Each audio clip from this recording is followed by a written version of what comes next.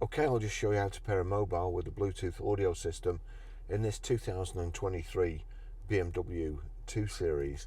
I have never done it before, so let's just say I think things should be kind of plug and play, and if you need an instruction manual, then it shouldn't be in the car in the first place. So we've got media, home, map, nav, telephone. So I'm going to click on telephone, connect new telephone.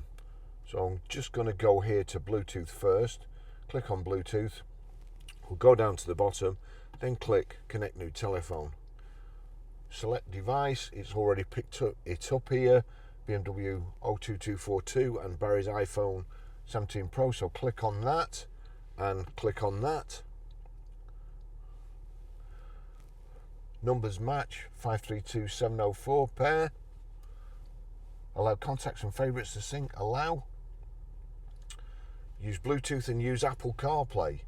So I'm going to do use Bluetooth first of all, but Apple CarPlay is the best. So we're going to go to Apple CarPlay in a second. So that's it. That's it paired.